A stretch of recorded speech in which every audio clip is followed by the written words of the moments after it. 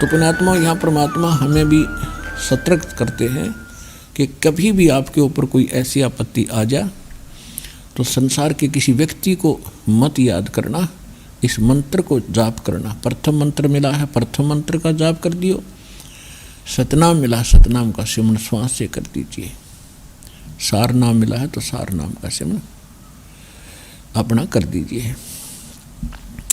सतनाम मिलने के बाद सतनाम का सिमरण करे, ऐसी आपत्ति में प्रथम मंत्र नहीं करे। सार नाम मिलने के बाद फिर सतनाम का सिमरण नहीं करे, वो सार नाम ही करे। प्रथम मंत्र मिला है तो प्रथम मंत्र ही करे, उसमें भी बहुत पावर है, ताकत है।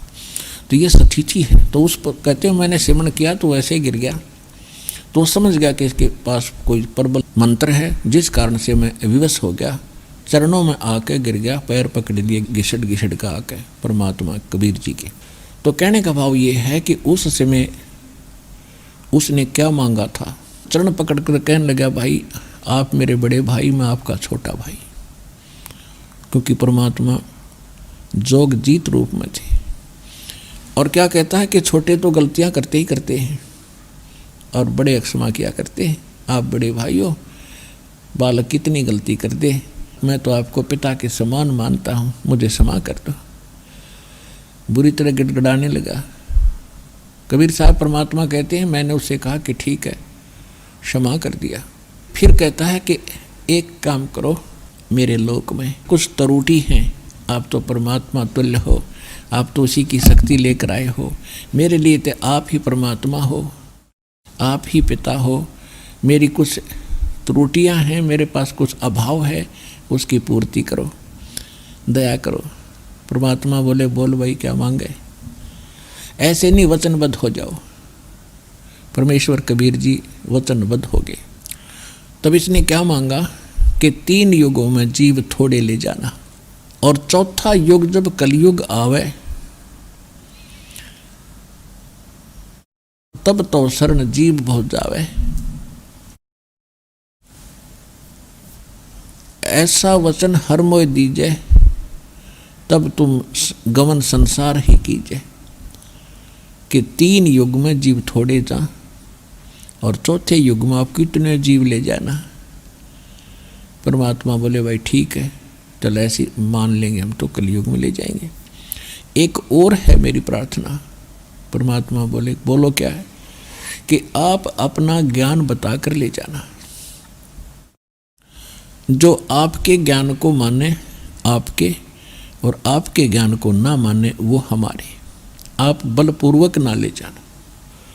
परमात्मा को पता था कि बलपूर्वक वहाँ कोई ले जाया गया डट्टे भी को नहीं, वहाँ रुक भी नहीं सकते जब तक ये ज्ञान हृदय में नहीं समा होगा। परमेश्वर की वाणी है कि ज्ञान संपूर्ण हुआ नहीं, हृदय नहीं छिदाए, और देखा देखी भक्ति का यूँ रंग नहीं ठहरा। तो परमात्मा ने तथास्तु कर दी, किया भी बात तेरी मान ली। फिर इसने कहा कि एक और अर्ज है मेरी, कि वह भी बता दे कि पहले मेरे दूत जाएंगे, मेरे संदेश वाहक जाएं, और बाद में आपके अंश आए, आपका प्रचारक आए। परमात्मा बोले यह भी बख्श दी तेरे को, कोई बात नहीं। फिर उसने क्या मांगा कि 2 प्रार्थना मेरी और हैं, वो भी बता दे कि त्रेता के अंदर मेरा पुत्र जाओगा, राजा दशरथ के घर जन्म लेगा, उसके ऊपर एक आपत्ति आवेगी, उसके संस्कार वश उसकी पत्नी को लंकेश्वर उठाओगा, और वो बहुत शक्तिशाली होगा, सभी नीचे के देवताओं को भी अपनी कैद में डाल रखा होगा। उनको छुड़वाने के लिए एक बहाना बनाना पड़ेगा, उसकी पत्नी उठाओगा। लेकिन समस्या आएगी कि वो पुल नहीं बना पाएगा समुद्र के ऊपर लंका में सेना ले जाने के लिए। वो पुल बनवाना आप दया करना। अपना आत्माओं जैसे अब श्री राम और श्री कृष्ण ये विष्णु जी हैं, और विष्णु जी हैं तो परमात्मा की आत्मा। यहाँ को ये पद मिल गया, 3 लोग की प्रधान बना दिए। अब ये फूले फिरे हैं, सोचा पता नहीं क्या बन गए। इनकी मृत्यु के बाद ये 84 लाख योनियों में आप जैसे प्राणियों के रूप में घूम रहे होंगे यहाँ पर। अब यह सब क्या भूल पड़ी। परमात्मा कहते मेरे साथ 2 भाई, मैंने सब जग भूला पाया, सब क्या भूल गिरी, एक ना भूला 2 ना भूले, और भूली सब संसारी, और ब्रह्मा विष्णु महेश देख लो तीनों देवा गरबारी। ये सांग दचाई बैठे ब्याह करवा के बैठे, जैसे हल्लाएं को नहीं यहाँ से, अरे की आयु फिक्स्ड है। तो कहने का भाव ये है, तो ये आत्मा परमात्मा की है। जब ये दुखी होती है तो वही आकर इनकी मदद करता है। अभी तक हम जैसे हमें पहले कोई दुख आता था, भगवान को याद करते थे और हमारा संस्कार ठीक होता था, तो वो भगवान ही मदद करते थे। हम सोचते थे हनुमान जी ने कर दिया ये काम। अब पता चला हनुमान जी तो एक भगत आदमी थे, तो भगवान के सतर का काम भगत कैसे कर सकता है। और श्री राम और कृष्ण की शक्ति का हमें पता चल गया कि ये किसी के संस्कार में फेर बदल नहीं कर सकते। तो परमात्मा ने वो तथास्तु कर दिया कि ठीक है, उसके पुल को भी हम बनवाएंगे। फिर उसने फिर प्रार्थना की कि द्वापर के अंदर मेरा पुत्र यही विष्णु श्री कृष्ण रूप में जाएगा, और वो एक शरीर छोड़ने के बाद एक मंदिर बनवाओगा जगन्नाथ के नाम पे, और समुद्र उसको बनने नहीं देगा, क्योंकि जब वही आत्मा श्री राम रूप में जाते हैं तो समुद्र को डराते धमकाते हैं। अग्निबाण दिखाया था श्री रामचंद्र जी ने कि या तो रास्ता दे दे नहीं तुझे जला दूंगा। तो ब्राह्मण रूप धारण करके समुद्र बाहर आया था, क्योंकि ये समुद्र का जो जल का एक देवता है वरुण, और उसके अधीन ये सभी अन्य छोटे देवता हैं। समुद्र का एक अलग से देवता है। तो वो बाहर निकल कर आया ब्राह्मण रूप धारण करके। तब उसने प्रार्थना की थी, विनय की थी कि ऐसा ना करो, अगर इस समुद्र को फूंक दोगे तो रास्ता आपको फिर भी नहीं मिलेगा, ये खाई बन जाएगी कोई 1000 फुट गहरी। ऐसा काम करो। उसने तरीका बताया कि नल और नील नाम के 2 व्यक्ति हैं, आपके सैनिक हैं, उनके पास उनके गुरुदेव की द्वारा दी हुई एक शक्ति है।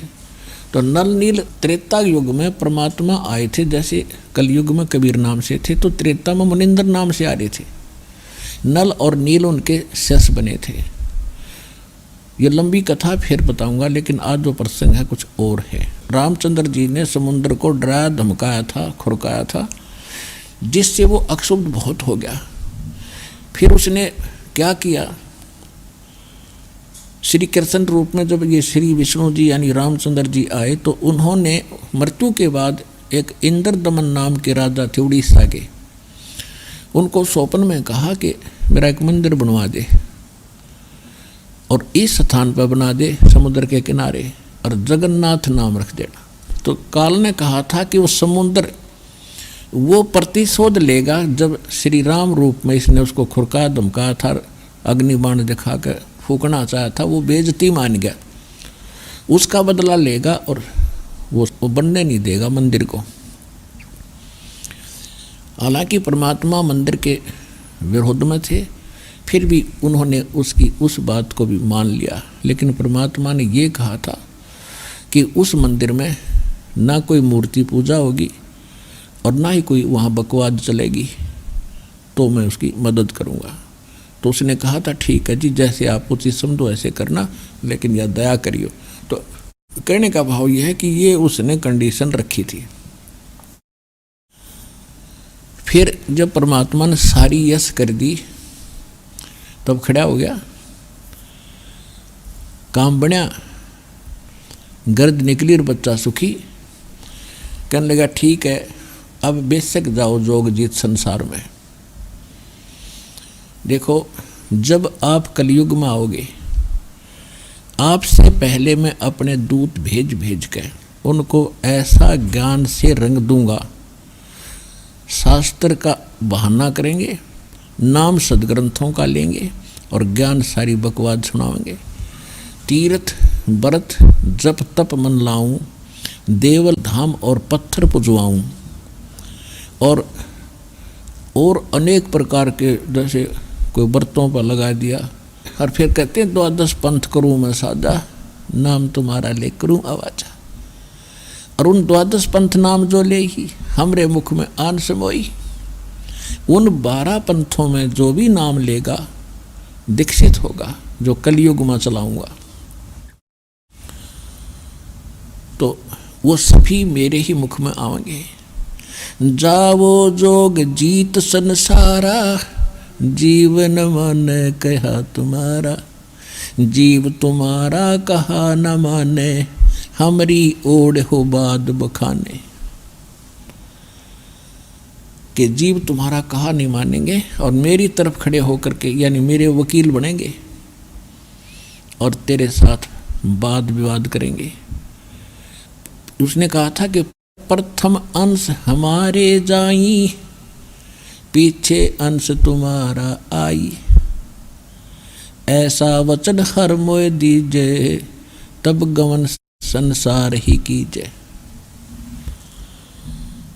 तो यहाँ एक प्रश्न और उठता है कि जो दास बताना चाहता था कि भगवान ने, परमेश्वर जी ने ये 3 युग देने थे, वो तो जानी जान थे, वो जानी जान थे तभी तो दिए हैं कि सतयुग त्रेता द्वापर में आप भगवान को पहचान नहीं सकते। 4 युगों में आए हम मालिक, सतयुग में सत्सुकृत नाम से, और 5 वर्ष की आयु में मनोजैसों के छक्के छुड़ा दिए थे।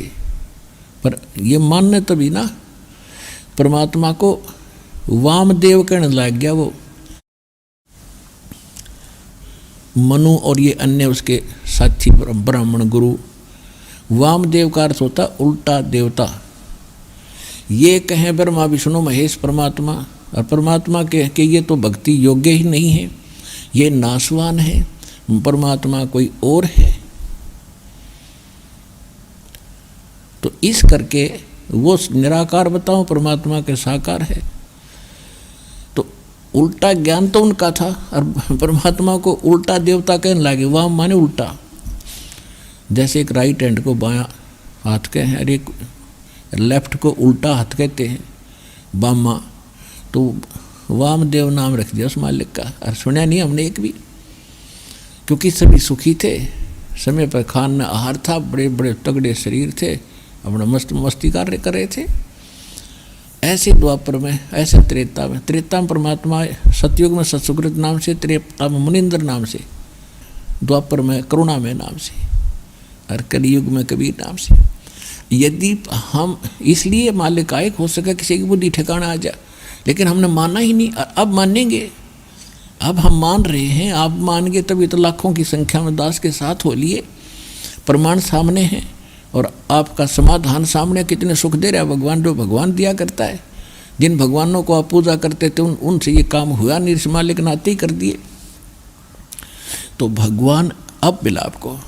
सतयुग में सत सुकृत कह टेरा, त्रेता नाम मुनिंदर मेरा, द्वापर में करुणा में कहाया, कलयुग नाम कबीर धराया। चारों युग में मेरे संत पुकारे, और कोक कहा हम हेल रे, हीरे माणिक मोती बरसे, ये जग सुगता डेल रे। कि चारों युगों में हम आए और हमने ये ज्ञान दिया, पर भी लेन जात है दुनिया, हमारा ज्ञान किन्हें ना सुनिया। तो इसलिए परमात्मा ने युग कलयुग सेलेक्ट करा कि सतयुग त्रेता द्वापर में इनकी सारी बैटरी डाउन हो लेगी, इनके पुण्य खत्म हो जाएंगे और ये फिर भक्ति भी करेंगे, क्योंकि आत्मा भक्ति बिना रह नहीं सकती। तो काल ने ये नकली दूत भेजने शुरू कर दिए। महात्मा बुद्ध भेजा, उसने पूरा चीन नास्तिक कर दिया, क्योंकि वो पूर्व जन्म का संस्कारी था और उसकी पूर्व जन्म की भक्ति के कारण उसके वचन में भी शक्ति थी। तो कुछ लोगों को प्रभाव हुआ, कुछ उनके काम भी सरे, तभी तो अनुयायी बने हम। फिर जो साधना उसने दी थी उससे कोई लाभ हुआ नहीं, जिस कारण से उन्होंने ये मान लिया कि भगवान कोई वस्तु नहीं है, क्योंकि जो साधना करते थे लाभ ही नहीं हो रहा। तो अब ये सती थी, फिर थोड़ी सी मालिक की दया हुई, शंकराचार्य आगे, नहीं तो बौद्ध धर्म पूरे भारत में फैल जाता। तो इस आदि शंकराचार्य जी ने, जो शंकर जी के लोक से आए थे, तो उसने कोशिश की उसको रोकने की, तो वो भी कालाधीन है। तो उसने श्री ब्रह्मा विष्णु महेश पर लाकर हमारी सुई केंद्रित कर दी कि ये भगवान है। ये तो वही होगा कि आसमान ते गिरे खजूर में अटक के। अब हम सारे ब्रह्मा विष्णु महेश के पुजारी हो गए। ब्रह्मा को तो नहीं पूछते, लेकिन विष्णु और शिव की तो भक्ति हम कर ही रहे थे। और यही उसमें शंकर पंचम में लिखा है, जो आदि शंकराचार्य का अपना अनुभव है, उसने लिखा है कि शिव और विष्णु की भक्ति करो। और दूसरी तरफ कहता जीव ही भगवान है, तो ये कहते हैं उआबाई का ज्ञान। तो परमात्मा ने अब आके आपका खजूर भी काटा, अरे आएंगे हम ठीक ठिकाने पे और ये पार होवांगे, सबका कल्याण होगा। ये वचन भगवान के हैं, दास सुना रहा है। बस इतनी सी बात है। जो दास आज प्रसंग सुनाना चाह रहा है वो ये है कि 12 पंथ करूं मैं साजा, नाम तुम्हारा ले करूं आवाजा। 12 पंथ नाम जो ले ही, वो मेरे मुख आन समोई। और अनेक पंथ चलाऊं, या विद जीवों को बरमाऊं। अब 12 पंथ तो ये कबीर साहब के नाम से चले हैं, गरीबदास पंथ तक।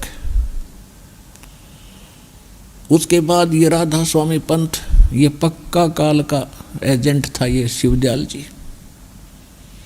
इनका कोई गुरु नहीं। और परमात्मा क्या कहते हैं, गुरु बिन माला फेरते, गुरु बिन देते दान, गुरु बिन दोनों निष्फल हैं, चाहे पूछो वेद पुराण। अब ये जो शिवदयाल जी के पास ना कख ज्ञान था, कह ख नहीं पता था भक्ति का, और कैसा जुल्म कर गया। इसके जो अनुयायी हैं, जो राधा स्वामी पंथ से संबंधित हैं, उसी से एक ब्रांच धन धन सतगुरु सच्चा सौदा सिरसा और जगमाल वाली वहाँ है। और उसी से व्यास से ही ये सावन सिंह जी के शिष्य हुए थे, खेमामल जी, जो सच्चा सौदा सिरसा के अंदर जिन्होंने डेरे की स्थापना की। और वो सावन सिंह जी के शिष्य थे। सावन सिंह जी का एक चेला कृपाल सिंह, उनको वहाँ गद्दी मिली नहीं, और इधर दिल्ली में जाकर अपना अलग से स्थापना कर दी आप पर गद्दी की, और बन गए गुरु बनमुखी ऐसे सिरसा के अंदर। तो कहने का भाव यह कि इनमें कोई भी ज्ञान नहीं है, कह ख का पता नहीं लोगों ने भक्ति मार्ग का। और एक और पढ़ाई पढ़ा दी कि वेद और गीता हमने जरूरत नहीं। हमने वेद और गीता की आवश्यकता नहीं, क्योंकि हमारे गुरुआं की जो वाणी है शिवदयाल जी की, वो दूर से आए थे, वो धनी थे, परम धनी। उन्होंने जो वाणी बोल रखी है, तो वो संत वाणी श्रेष्ठ है। शिवदयाल जी के जो वचन हैं वो बिल्कुल सत्य हैं।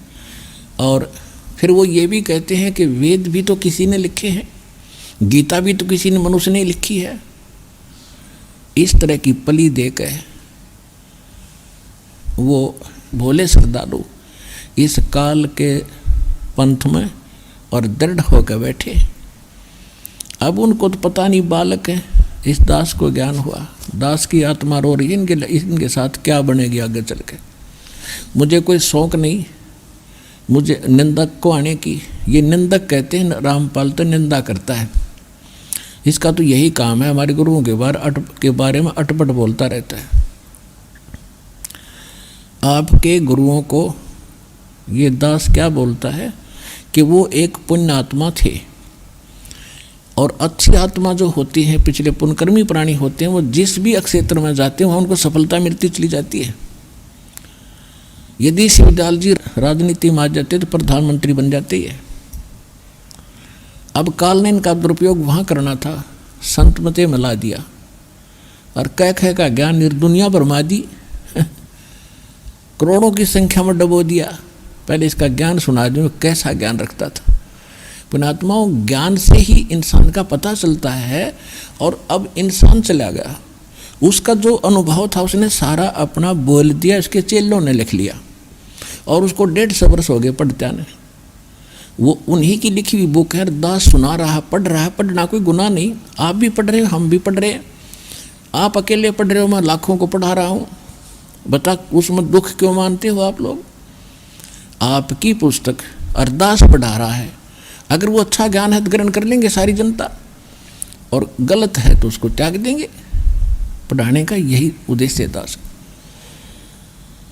और फिर वो कहते हैं तो निंदा करता है। निंदा तो वो होती है मैं झूठ बोलता हूँ और पीठ पाछे कहता हूँ, सरेआम बोल रहा हूँ।